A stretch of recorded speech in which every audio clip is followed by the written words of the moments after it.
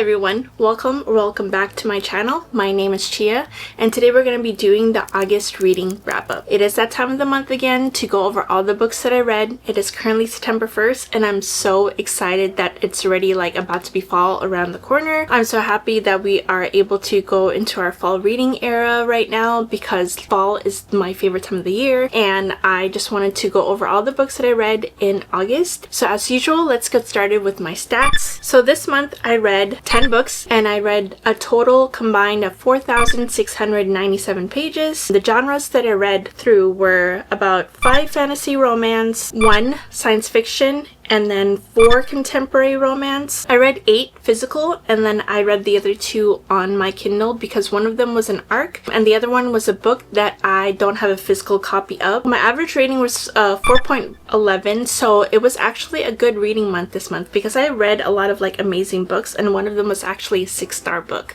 So I'm so excited to go over that with you guys, but let's get started. The first book I actually finished on August 1st was... My lighting is so on and off in this freaking video. So the first book I actually finished on August 1st was Great Big Beautiful Life by Emily Henry. This book was one of my anticipated releases. I love Emily Henry as a writer, and also I absolutely despise the freaking stickers that they put on here. They don't let you remove it, and it's Reese's book club. And I get it, Reese has been, recommending a lot of these other books lately, but I wish publishers would stop putting these stickers on here because it's a nightmare, and it was hard for me to find any book without that sticker. And I know a lot of people get bothered by that, and I hope that the more of us who speak about it, the more publishers will listen to us and not put permanent stickers on our books because these are our trophies. This was an anticipated release of mine and came out back in April. I didn't pick it up till maybe July. As I stated in my previous haul video, I said that I was on a book buying ban, so this one was probably one of the first books that I bought once my book buying ban was done. And this one is a little bit different from other Emily Henry books because this one is a lot more literary fiction combined with contemporary romance. This follows a character named Alice, and she is a writer for a magazine. She has been searching for a character named Margaret, and she came from one of those families where they were very influential and they came from a rich background, and she came out as a child of a celebrity, and then she became a celebrity herself, and then she ended up disappearing 20 years ago because of some stuff that happened in her personal life, and she just went incognito. What Alice's whole goal is to find her, and she wants to write a sort of biography piece about her. And so she ends up getting a chance to come to the island where Margaret is hiding at, and she is able to meet with Margaret, and she ends up finding out that she is competing with somebody else to get the coveted title of being the author of Margaret's, biography.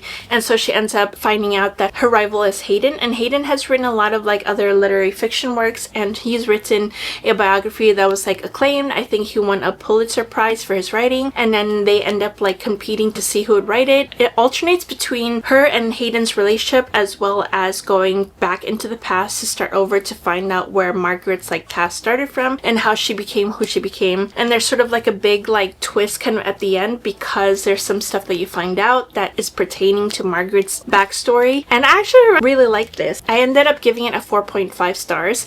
I really like this story because it shows off how much talent Emily Henry has, and she also is venturing into literary fiction more. And I know a lot of people got mixed reviews from this book, but I went into it with the proper expectations. I believe that she wanted to write a literary fiction for this part of it, and I'm so happy that a lot more authors are venturing outside of their comfort zones, and I really appreciate it. And I think because I saw a lot of reviews saying to go into it with proper expectations, that it's not completely about the romance, I ended up coming out with a positive experience with it. So I do highly recommend this, especially if you're a lover of her writing besides all her romances, because now honestly we barely get a glimpse into Alice and Hayden's relationship, but I do like the development nonetheless. I just wish that we got more of Hayden at the end. He didn't really have a POV at all, but I really did like the story, and it's not a favorite, I think, but it will be a bigger favorite than her other works were.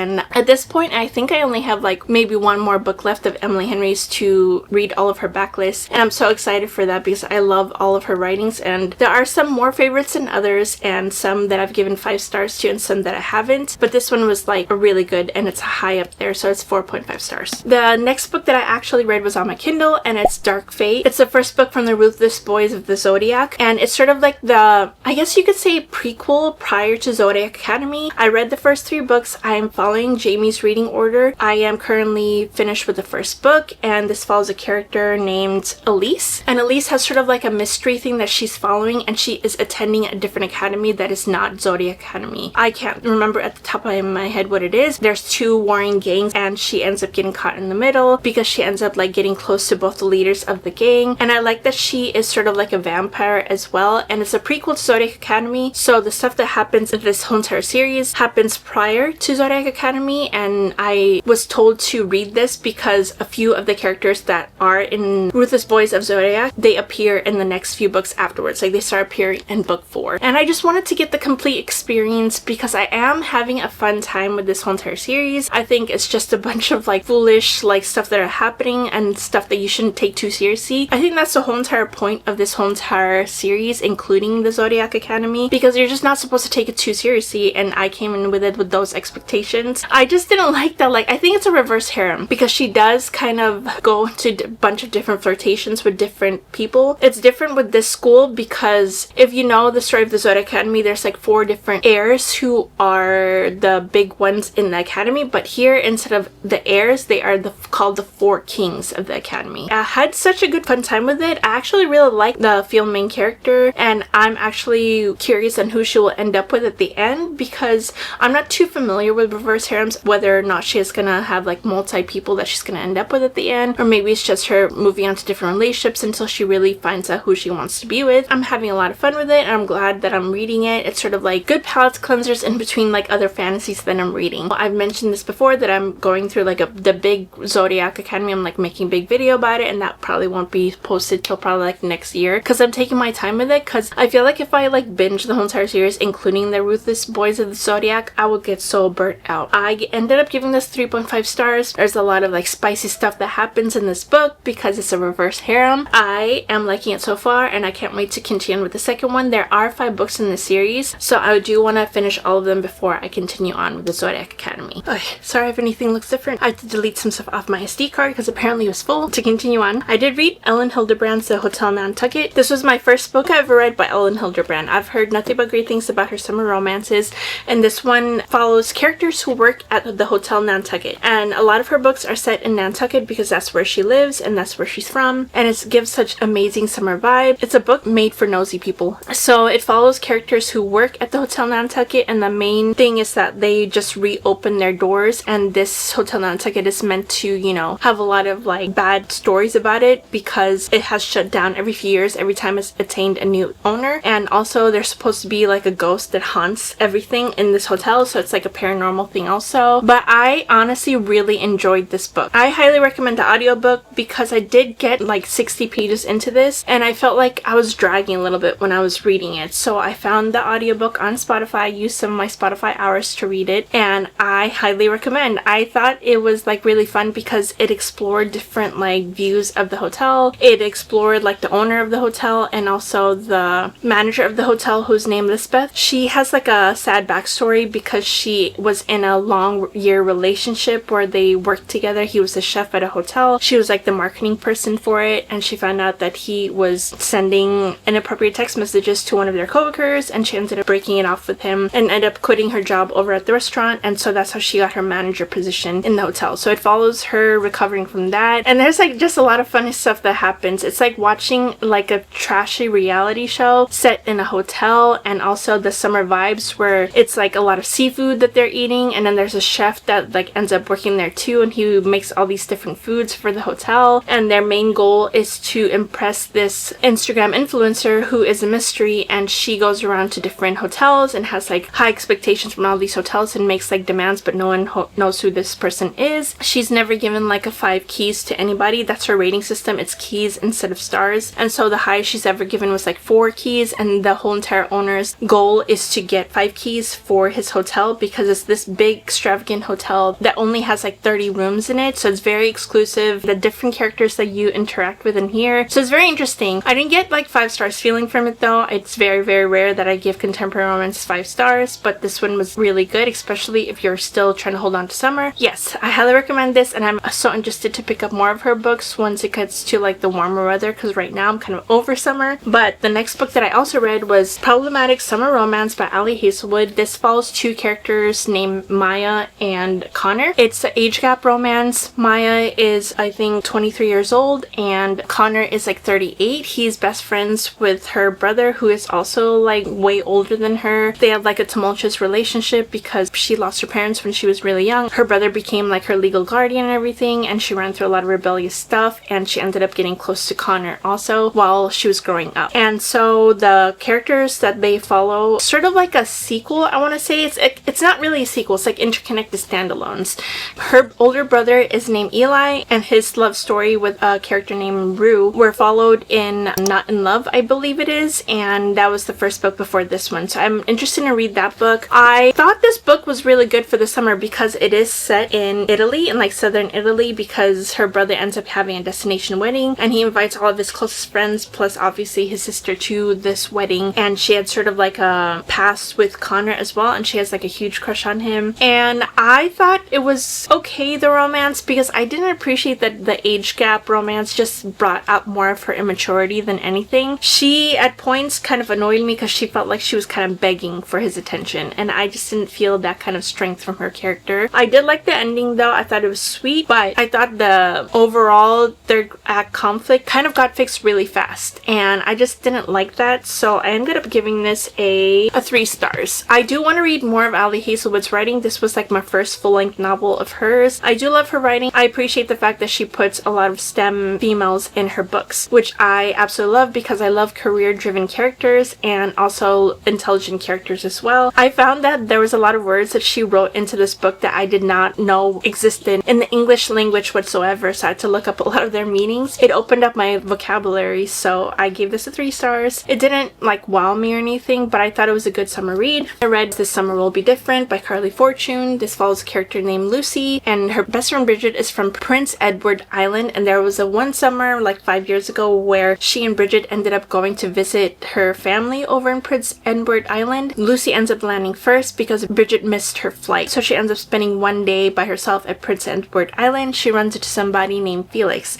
and they ended up like flirting a lot and ended up having a one-night stand, and she ends up finding out that the day afterwards that this was her best friend's brother. And of course her best friend has told her multiple times that her brother is like off limits, so they go on to this 5-year like secret, basically hooking up with each other all the time when they're together, but then they're trying to keep it secret from the family, and all this like complication happened. And there's one year where Bridget's getting married and she ends up escaping to Prince Edward Island because of some conflict that she's going through, and so Lucy ends up dropping everything and she goes to help Bridget out, and she ends up rekindling a lot of stuff with Felix. And so I like the atmosphere where Prince Edward Island is like very summery. It's set in this like coastal town where they have like a lot of like competitions where oyster shucking, like Felix participates in that. But I didn't like the relationship between the 2 main characters because I just felt like it was more lust over anything like deeper, and I just felt like that's how it started off because they did end up hooking up with each other right away. Within the first hour he ended up inviting her over, and I don't know, I just didn't like that how physically led their relationship was. I didn't see the depth of their relationship until maybe the last quarter. Maybe that's the reason why I couldn't root for their relationship. And also Lucy I found was such a unlikable character. I felt like she would pinpoint the flaws in other people that was bigger in her, and instead of being communicative to her best friend or Felix, she ended up like just hiding feelings away. So she was very like annoying to me. I ranted a lot in my summer romance video if you want to listen to me like go more in depth in this, but I did end up giving it a 3 stars. I am interested in picking up another book by Carly Fortune because I do like to give authors like 2 or 3 chances depending on what the series is, so I might end up like picking up another one later on, but not right now, maybe next summer or something. And then the next book I read was Golden Sun by Pierce Brown. I read Red Rising maybe a year ago, and I was hesitant to go into this one because I heard a lot of things about the ending, and so this book is sort of like a science fiction fantasy. The first book was a lot more fantasy tragedy, and the best thing I could like compare the Red Rising to is if you mix Hunger Games with Lord of the Flies. And it's like an academy-based setting, and we follow a character named Darrow. He lives in a world where the class systems are divided by different colors, and he is in the lowest bracket, which is the Reds. And his occupation is being a helldiver, and he's meant to basically make Mars inhabitable. And he ends up finding out that the higher ups who control the lower people have been lying to them for years and telling them that Mars has not been able to be inhabitable when all this time it has been. Because of a tragedy, he ends up getting stuck into this sort of like revolution where they end up like reshaping him and everything into a gold. And golds are like the highest tier, they're the richest, they're the strongest. If you consider cyberpunk, where they can replace body parts with like robotic parts or stronger parts from other things that they've like grown in the lab, that's basically what they do to him to make him so unrecognizable that they end up not knowing that he's a red whatsoever, because reds have like a lot of like weak characteristics compared to the golds. And so he ends up infiltrating, he goes through this like academy, and like all this stuff happens, and like especially the last quarter of the book. In this book, the world expands so much. It's this big, I want to say that it's sort of like a space opera. There's so many dramatic things that happen in this book, and Darrow, I think if you have read Throne of Glass, Darrow is literally the male version of Aelin. Aelin is always one step ahead of everybody. She has plans constantly. Same thing with Darrow. Darrow, he puts plans through motion, and then you think that he's like losing, but then all of a sudden he reveals his plans to not only the people that he's like trying to fight, but also the reader as well. So there's sort of like a mystery behind it too. I absolutely love this book. This was my 6-star read of this month. I am so in love with this series. The ending of the book had me gagged. I've never been that shocked at an ending of a book in so long. I think the last time I was shocked about an ending was probably Empire Storms from the Throne of Glass series, and also Metal Slinger, but not to the level, like this one is a lot higher level of shock compared to Metal Slinger. This one, I don't want to say anything like comparing it to, because it would probably just like give a lot of things away, but I highly recommend. If you didn't really like Red Rising but you love the action of it, this one explodes into bigger like proportions. So I highly recommend Golden Sun. I already started Morning Star because I could not after that ending, and so I highly recommend this book. I also highly recommend the dramatized audio for this, because if you listen to the dramatized audio, it sounds exactly like a movie, and I was like sitting there listening to it while like I was like working, and I was so shocked with a lot of stuff that happens, and I can't help but cheer Darrow on. And there is like the tiniest bit of romance in here, and I can't help but like root for them too. So if you want a different thing that's like not romancy, that you are wanting more of like fantasy, pick this up. It's so good, and you can't help but root for a lot of the characters and fall for the characters. My favorite characters so far besides Darrow is Severo and Mustang. Those are my two favorites, and I am so scared for what's going to happen in Morning Star. So yes, highly recommend. And the next book I read was Well Reverenced by Rebecca Ross. NetGalley approved me for the arc for this book. This is sort of like the prequel to Divine Rivals. It's not technically dealing with like any of the characters that are in the Divine Rivals book, but it follows more of the gods and goddesses that make up this whole entire world. In the conflict of Divine Rivals, it follows two gods that they're warring, and it sort of like leads to why they were warring in the first place.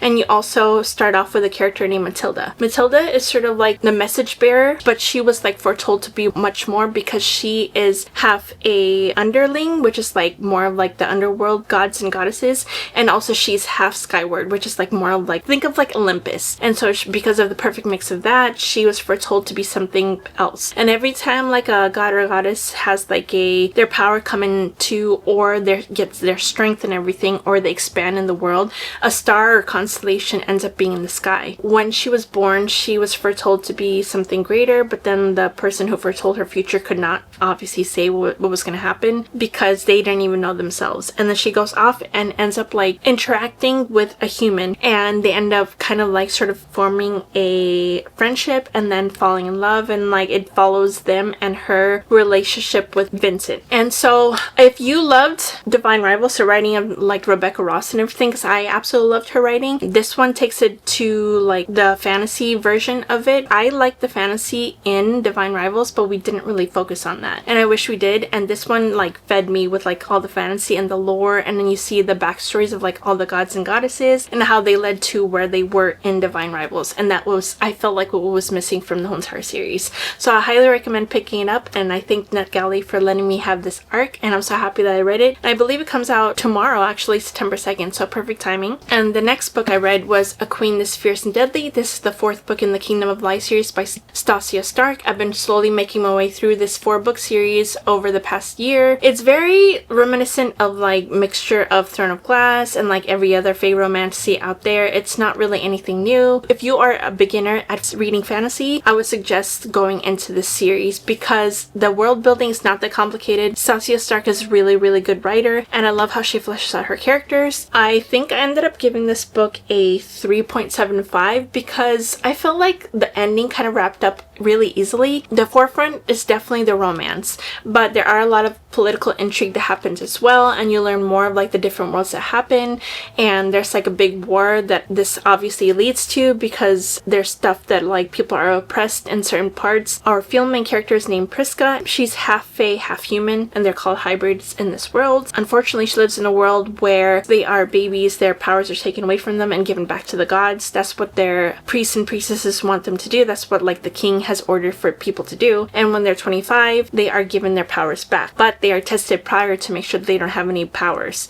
And if they are caught to have powers, their families executed right in front of them. Also, they are imprisoned. And unfortunately, she has her power still. And she's been hiding it for years. And there's one incident that happened at the beginning of the 1st book where she exposed herself and had to run away. And while she's running away, she runs into a group of mercenaries led by Lorien. And Lorien's like the dark, broody, and he like doesn't want to help her at all. In fact, he ends up leaving her to drown in the water. Thankfully, one of his like companions ends up convincing him to go back and rescue her because obviously they don't want her dying, so they take her along with them. And she ends up getting slowly close to them. And then the beginning of the book reminds me of when Lorcan and Alid are like going through the forest and journeying and everything. It starts off with that, and it just gets bigger and bigger from there and becomes this like big political like war that happens.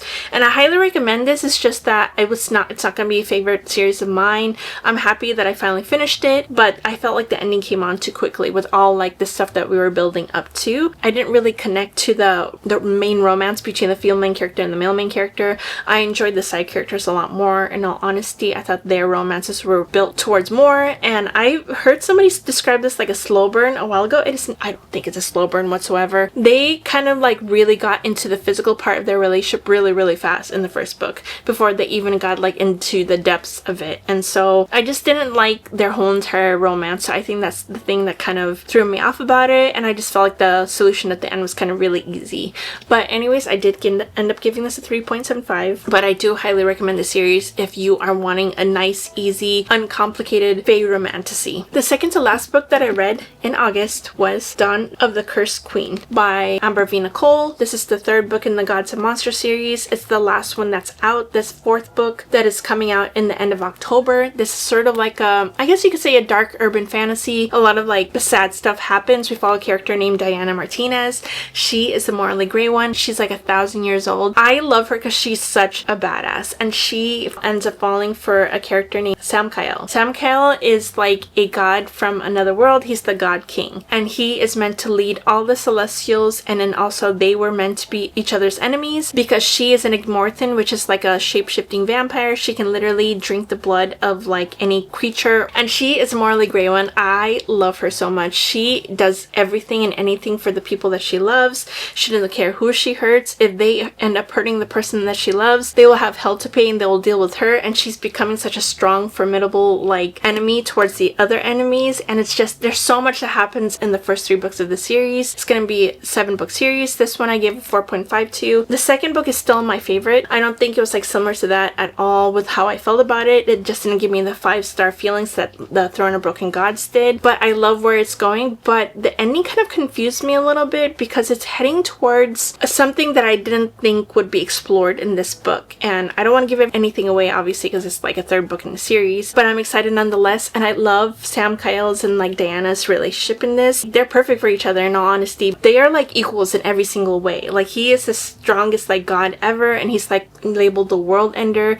and she's like an ancient Igmorthan that is like strengthens every single like, you know, year that she's been around. And so they are each other's equals. He protects her, she protects him, and anyone who messes with either of them will like face the wrath of either one of these characters. And like, I love how they built their friendship first, and they are going to be some of my like top favorite couples of all time. They are so good for each other, but it took a while for them to get there, and they had to work with each other's traumas to get there also. I highly recommend everyone to pick this up because it's so good. And then the last book I read in the month of August was A Tongue So Sweet and Deadly by Sophia St. Germain. This is an indie published book, and it's a part of a 4-book series. There's 3 books out already, and the last one is supposed to come out in December, I believe. This first book follows a character named Alessia, and she's sort of a half-fae. Unfortunately, she got caught using her powers on a human, and while she was trying to survive on the streets of this area, she ended up getting like jailed and put into the king's dungeon. And in order for her to leave those dungeons, she ended up doing like a blood oath with the king, and then he expect her to like do all of his bidding and everything. So he tells her to go to do this mission where she has to go stay in this like human world for like 5 years, and she ends up like building a whole entire life for herself. She ends up making friends with like 2 of these people who end up really caring for her, and so she has like a found family with them because one of them is also a half-fae and the other one's human, I believe, and they ended up like trying to rescue other half-fae children as well because they don't want them being treated how they were treated when they were integrated into the human world. 5 years later, the king comes to call upon her on her blood-sworn oath. He tells her to join in this like political competition where she competes to become the next regent of the city, and so she ends up coming along with like 4 other characters or 3 other characters, and she has to compete in all these different trials. But these trials are very different. Instead of like deadly competition kind of trials, it's more of like, oh, let's test her will kind of trials. And also she has to participate in these like debates where she has to prove her worth to the townspeople so that they could vote for her. And so she also has a sort of like guard that is sent by the king to follow her around to make sure that she is doing what she needs to do, and he has sort of like shadow magic powers as well. There's sort of like a, I guess you could say, love triangle that happens in the first book, but not really though. I was kind of like 50-50 on like the whole entire story for like 3/4 of the book. I thought it was kind of slow, and a lot of things that they were happening weren't really unique to a lot of the other fae fantasy books that I've read. But the ending was really where it shocked me because it had to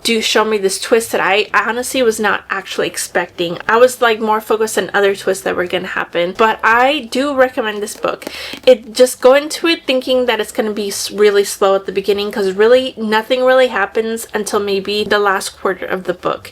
And don't come in also expecting like the most exciting trials ever, not really. And I like how it's like more of like political competition rather than deadly trial situation. I love the ending enough to move on to the second one. All 3 books are on Kindle Unlimited, and the 4th one's gonna come out in the end of December, mid-December I believe. But this is a perfect time to catch up with it, and I'm already moving on to the second book. Thank you all for watching. That was my August wrap up. I've already met my goal actually. I said in the beginning of the year that I was gonna read 50. I've already surpassed that. I'm at like 52 now, and I increased my reading goal to 75. So we'll see if I have to increase it again. Thank you for watching. I hope you enjoyed. Thank you for liking, commenting, subscribing. It really does help my channel a lot, and I will see you all next time. I believe it should be a reading vlog next time, but I'll see you all next time. Bye!